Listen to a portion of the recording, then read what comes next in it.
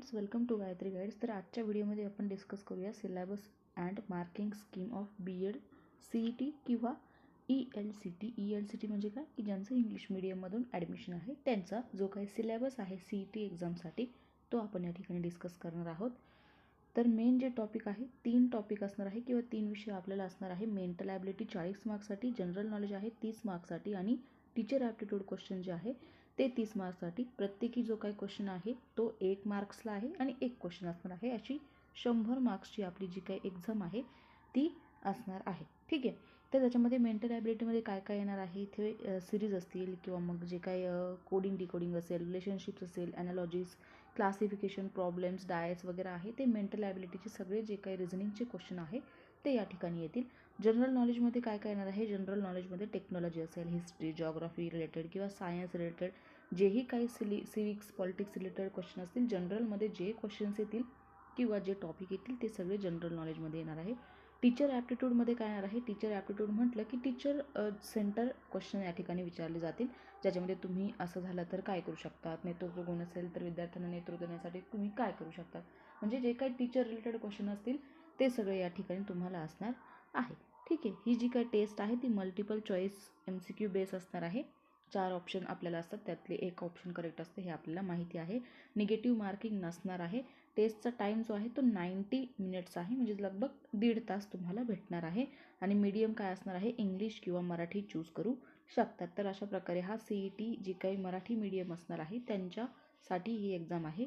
त्यानंतर जे काही इंग्लिश मीडियमचे स्टुडंट आहे, candidates who desire to seek admissions to English medium college of education will have to appear and qualify the ELCT exam जी आहे ती यांना द्यायची आहे. त्याच्यामध्ये काय काय टॉपिक्स असणार आहे बघा. रीडिंग कॉम्प्रिहेन्शन व्होकॅब्युलरी, ग्रामर असणार आहे. त्यानंतर सेंटेन्स फॉर्मेशन असेल, फोनॅटिक्स असेल, व्हर्बल इडियम्स किंवा मग प्रोव्हर्ब काय आहे ते, फिगर ऑफ स्पीच, हे सगळं इंग्लिशमधलं जे काही कंटेंट आहे, टॉपिक्स आहेत ते असणार आहे 50 मार्क्ससाठी. तर यांचं जे काय टाईम आहे तोही MCQ टाईप क्वेश्चन्स असणार आहे. निगेटिव्ह मार्किंग इथेही नाही आहे. 60 मिनटं म्हणजे 1 तास इथे तुम्हाला टाईम असणार आहे. मीडियम काय असणार आहे, इंग्लिशच असणार आहे. मोड ऑफ एक्झामिनेशन काय असणार आहे, ऑनलाईन असणार आहे. ठीक आहे. इथे तुम्हाला परत नोटीस दिलेली आहे किंवा त्यांनी सांगितलेलं आहे की ELCT will be conduct for the candidates opting for English medium college after BEd CET. म्हणजे काय की ज्यांनी BEdची जी काय CET दिलेली आहे त्या विद्यार्थ्यांसाठी इंग्लिश मीडियम ELCT जे काही कॉलेज आहे तिथे तुम्ही अप्लाय करू शकता. त्या विद्यार्थ्यांसाठी ही एक्झाम असणार आहे. ठीक आहे. तर अशा प्रकारे सिलेबस होता, एकदम सिम्पल आहे, साधा आहे, काहीही हरकत नाही आहे. 100 मार्क्सचा पेपर आहे.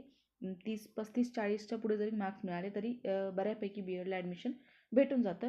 परंतु आता जो काही क्रायटेरिया आहे तो मला अजून माहीत नाही आहे. कन्फर्म करून मी तुम्हाला सांगते की बऱ्याच वेळेस चालू होतं की 2026 नंतर BEd जे आहे ते 1 इयरचं होणार आहे असं. तर बघूया काय होतं ते कन्फर्म. आणि तुमची जी काही एक्झाम फॉर्म आहे किंवा रजिस्ट्रेशन जे आहे, CETचं रजिस्ट्रेशन करण्याची डेट जी आहे ती 8 जानेवारी आहे. म्हणजे आजपासून ते फॉर्म जे आहे ते सुटलेले आहे. शॉर्ट्स व्हिडिओ मी केलेला आहे, त्यामध्ये तुम्ही चेक करू शकतात की तुमची एक्झाम कधी असणार आहे, फॉर्म कधी सुटलेले आहे, किती लास्ट डेट आहे, ते सगळं या ठिकाणी दिलेलं आहे. ठीक आहे.